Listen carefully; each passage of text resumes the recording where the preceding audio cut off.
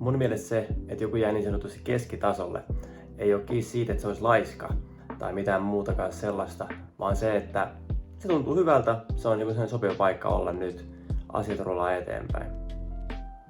Jos arki rullaa, rahaa tulee riittävästi, saat maksettua laskut, niin miksi sä tarvitset enemmän? Niin sanottu keskitaso syntyy pienistä valinnoista, jotka on päivittäisiä. Sä et tee sitä toistoa, sä siirrät huomiselle, tai et paineudu täysin siihen juttuun, mikä nyt on. Ja jos sä toiset niitä päivittäin oikeasti vuodesta toiseen, niin siitähän tulee normi. Ja sä edelleen jatkat asioiden siirtämistä päivästä toiseen, ja sä et ikinä tee mitään täysillä. Ja kaikki on vähän niin kuin puoliteholla. Niin se jää paikalleen se elämä siinä kohdassa. Mikä asia ei etene välttämättä yhtään mihinkään. Mutta se, että jos se keskinkertainen on hyvä, niin se on aika vaarallinen tila, koska siinä kohdassa sä päätät olla kehittymättä. Sä päätät, että sä jäät siihen paikkaan ja siinä kohtaa ei tapahdu kehitystä enää. Ja mä en sano, että tuomitsisin ketään tällä. Jokainen meistä on jossain asiassa keskitasolla.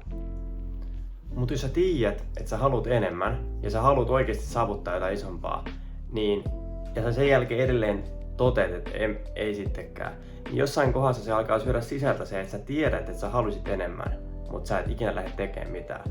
Ja sä jäät miettimään sit vuodesta päivästä toiseen, kun se ajatus tuli sulle, että vitsi, olisiko pitänyt sittenkin, että vitsi, mä olisin osannut tätä asiaa. Mä olisin halunnut tietää tosta asiasta enemmän. Mutta sä jäät vaan miettimään sitä asiaa, etkä sä koskaan lähtenyt tekemään isommin. Jos sulla on semmoinen fiilis, niin lähde tutkimaan sitä asiaa, mikä sua kiinnostaa. Lähde kehittämään sitä. Lähde oppii uutta. Lähde verkostoituu. Lähde opiskelemaan. Mitä ikinä. Niin sanottu keskitaso ei ole ongelma, vaan se on tietoinen valinta. Mutta jos sä jäät miettimään sitä, että vitsi, olisiko pitänyt vaatia itseltä enemmän, että olisi voinut saavuttaa ton asian tai nähdä ton paikan tai käydä tuolla, niin kyllä se jää harmittaa siinä kohdassa.